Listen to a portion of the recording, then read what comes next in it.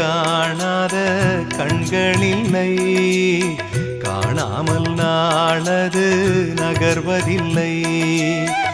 கண்ணன் என்றாலும் கள்வன் என்றாலும் கருணை புரிவான் ஸ்ரீ கிருஷ்ண பகவான்.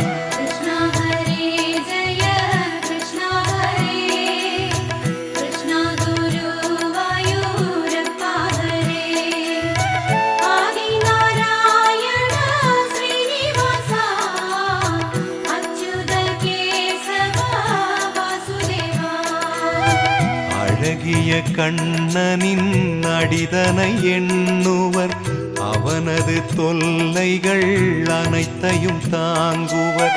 வெண்ணையை திருடிய கண்ணனின் லீலையை கண்டு ரசிப்பதே